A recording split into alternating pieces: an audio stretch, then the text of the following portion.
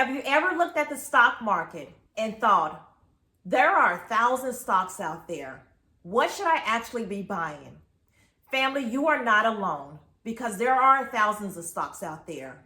But here's the deal. Franklin and I, we're going to go over with you the different stocks that we're looking at, and then also different ETFs that we are getting ready to buy as well. The piece is not about buying every stock. It is literally about consistently buying into certain ETFs, certain stocks. What is my plan? How am I going to move our plan along? But then not only that, dollar cost averaging in, like just keep buying. So stay to the end because Franklin and I, we got a surprise. We got a stock that we brought for $20. Then I was impatient. I told my husband to sell it. Then we got back in at $58. Now it's at $172. So stay to the end because we are going to be talking to you about all the things when it comes to each stock market. Please like this video and subscribe to our channel. Yes, we get into the conversation on stocks and ETFs. One of the questions I have for you is, what do you think is the biggest mistake investors make, and why do we continue investing even when the market is down? Yeah, that's a great question. I would tell you our goal about the stock market is not to buy every stock. Our goal is to consistently buy different ETFs and great businesses. And for us, like if we brought every stock, oh my goodness, we'll be all over the place. Like our plan would be going left and right, up and down, all over. But for us, it is for us to continue to buy quality stocks and quality ETFs as well. The other piece is that our focus is to be patient. And I just shared like how impatient I was when we first got started. But patience is the key, is because anything in life worth having, it's going to take patience and it's going to take time. Time is your greatest asset. It truly is. Because we live in a world today where we want everything to be microwave. We want it now. And so for us, it's more so sticking to our plan, which is what we find the mistakes that we make over time, sticking to that plan, executing on it, but also being patient and being consistent. Because one of the things that Frank and I are using now that we're saying, like, just keep buying, which is dollar cost averaging into those ETFs and various stocks, because it allows us to remove our emotions out of the way. And I would also say for anyone is that buy 1 share, buy 2 shares, buy 3 shares, buy 4 shares, whatever that looks like for your family. You don't necessarily have to go in because Blow Joe said, okay, just buy 50 shares. No, what is in your budget for you to buy those various shares? Just start with 1 and work your way. But we will say the rule of thumb is the minimum is 100 shares.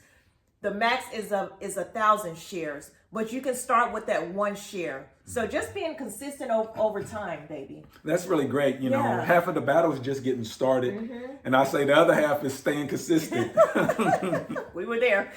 Because, you know, like you said before, there are so many stocks on the stock market. I mean, you have thousands. You can literally get lost. And so if you're able to narrow it down and just being able to focus on a few stocks or ETFs, that can help you out a whole lot. Right. And drowning out the noise too, because that can take you left and right all over the place. But just being able to drown out the noise and being able to move forward and execute on your plan, not our plan, not Tracy's plan, not Ricky's plan, but your plan. That's really good. Yeah. Okay. So maybe for you, we are buying more SCHD, VTI, and SMH. We'll put that in the description below so you can see those different ETFs. What makes these 3 ETFs such an important part of our long-term investing strategy? That's a great question. Yes. And I will start with the Dividend ETF, which is the Charles and Schwab ETF. And so this ETF pays a dividend, and it has over 100 companies in it, and it's spread out among 8 industries. Wow. And so you have some diversification there, but also you get a cash payment, and you can get that, on a quarterly basis. And I think that's very important, a part of your portfolio, especially if you're older. If you're in your 40s, or you can even start in your 20s and 30s, but especially if you're in your 40s and 50s, start building up that position in a really strong ETF, a dividend ETF. That is very helpful to help you accomplish your financial goals in the future. I love it. And also, it has a low beta, which means that it's not very volatile. And so that's very important too if you're looking for stability in your portfolio. And also the next one is the Vanguard Total Stock Market, which is VTI. And so what the Vanguard Total Stock Market gives you, it gives you just a lot of diversification. It covers over 3,000 stocks in the stock market. And so it covers small cap, mid-size, large cap stocks. And so you are getting pretty much the overall market. Right. And so there's a saying, the house wins most of the time, and I think that's true. Right. It's hard to beat the market. I believe I read something that, most fund managers, like about 80% of fund managers cannot beat the market over a 5 to 10 year period of time. Right. And so that lets you know that the market, it's consistent, but also, having this particular fund or ETF gives you diversification, and it's a strong foundation for your portfolio. Right. And I would say also adding to this, building this position over time will allow your wealth to grow in a very strong and safe way. Right. And so that's the biggest thing about the VTI. Yeah, I would tell you so Frank and I, we didn't get it right the first time. At first we had these particular ETFs, and then we pulled out of them. And that was a huge opportunity for us because, one, we were not patient enough to let it do what it needs to do. And then two, we didn't stick to our plan either. And so those are some of the mistakes that we've made, that we have learned over time, that we want to share with you all, so you all don't make the mistakes we made as well. Right, that was a good point, because I think we first got started in VTI 4 years ago. 4 years ago. And then we stopped. And so I think if we would have kept going, we would even be further along. Right. So I think consistency and automating your buying process, it's going to help you accomplish your goals even faster. Yeah, where's VTI at now?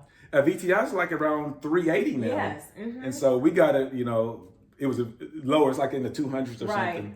So that was an opportunity missed. Right. And the next one is the SMH Semiconductor ETF. And so it's SMH. So this ETF, it really focuses on the industry leaders in the semiconductor industry.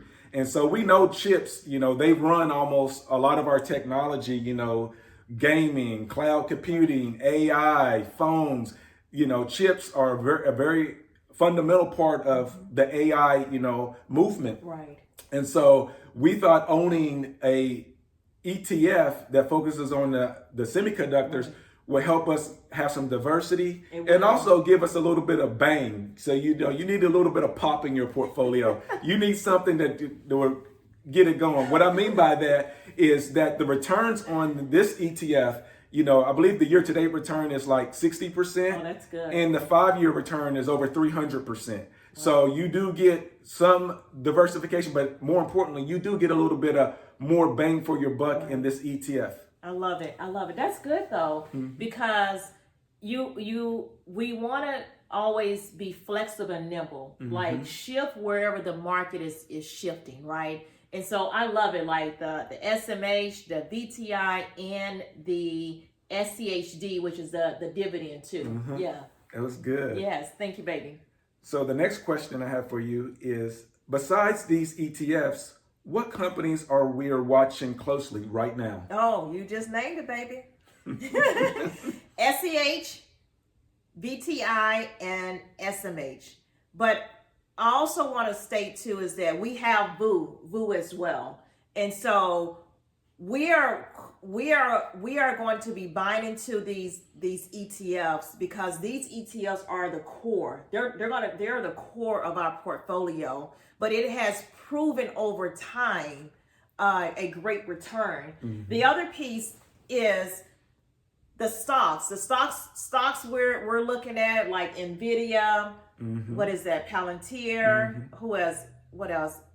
APLD.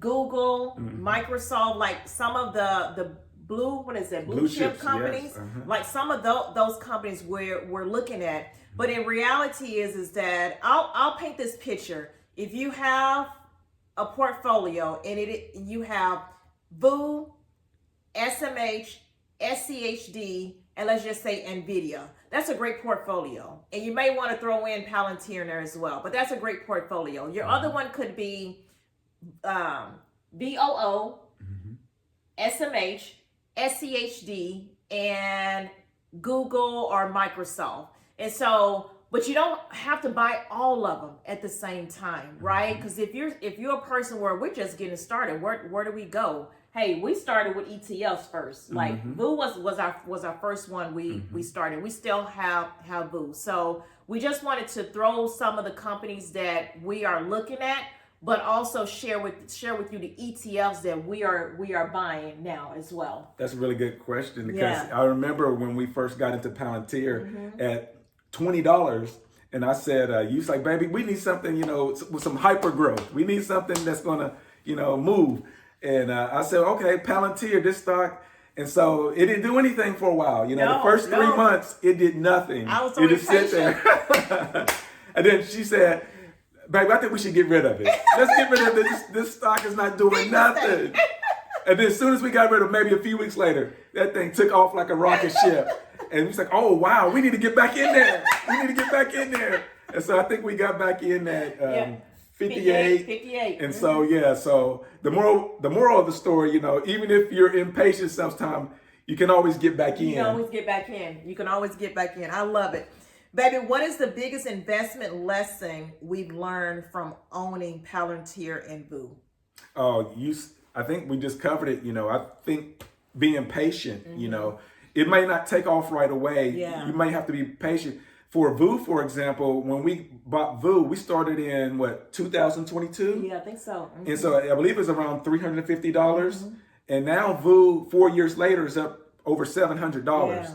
And so just being patient, the market is going to go up and it's going to go down, but just having that patient attitude, that mindset, being a long-term investor, that's one of the most important skills and more important traits to have when investing, because, we're not here to get rich quick. No, we're not. We're here to make wealth, build wealth over time. Right. And so that's one of the biggest lessons that I would say that we've had to learn, and we're still learning. We still get impatient at some time. Yes. But I would say if you stay consistent and continue to invest in quality ETFs, quality companies over time, it's going to build wealth a lot faster than you just putting the money in your savings account. Right. And the market's going to go up and down, but our goal is to just keep buying. Just keep buying. So our advice for couples out there in the world is just start where you're at. Look at your budget, make sure you got an emergency fund, and just start where you're at. Figure out what your plan is for your family. For Frank and I, we have a plan on what we're doing and how we're executing, and drown out all of the noise. And don't be all over the place. Like focus, have a narrow focus on what you want to invest in, and just execute on it. And so we pray our video truly blesses you and your family. Every week, my husband and I, man, we be dropping some gems for every video. Let us know, like, what do you want to hear? Whether it's budgeting, whether it's the vision for your family, whether it's savings, paying off debt, investing, let us know, because we're here. We want to share with you the mistakes, the things we've learned over time to help you grow. Please like this video and subscribe to our channel so you can see what's coming next. Your financial journey is better together.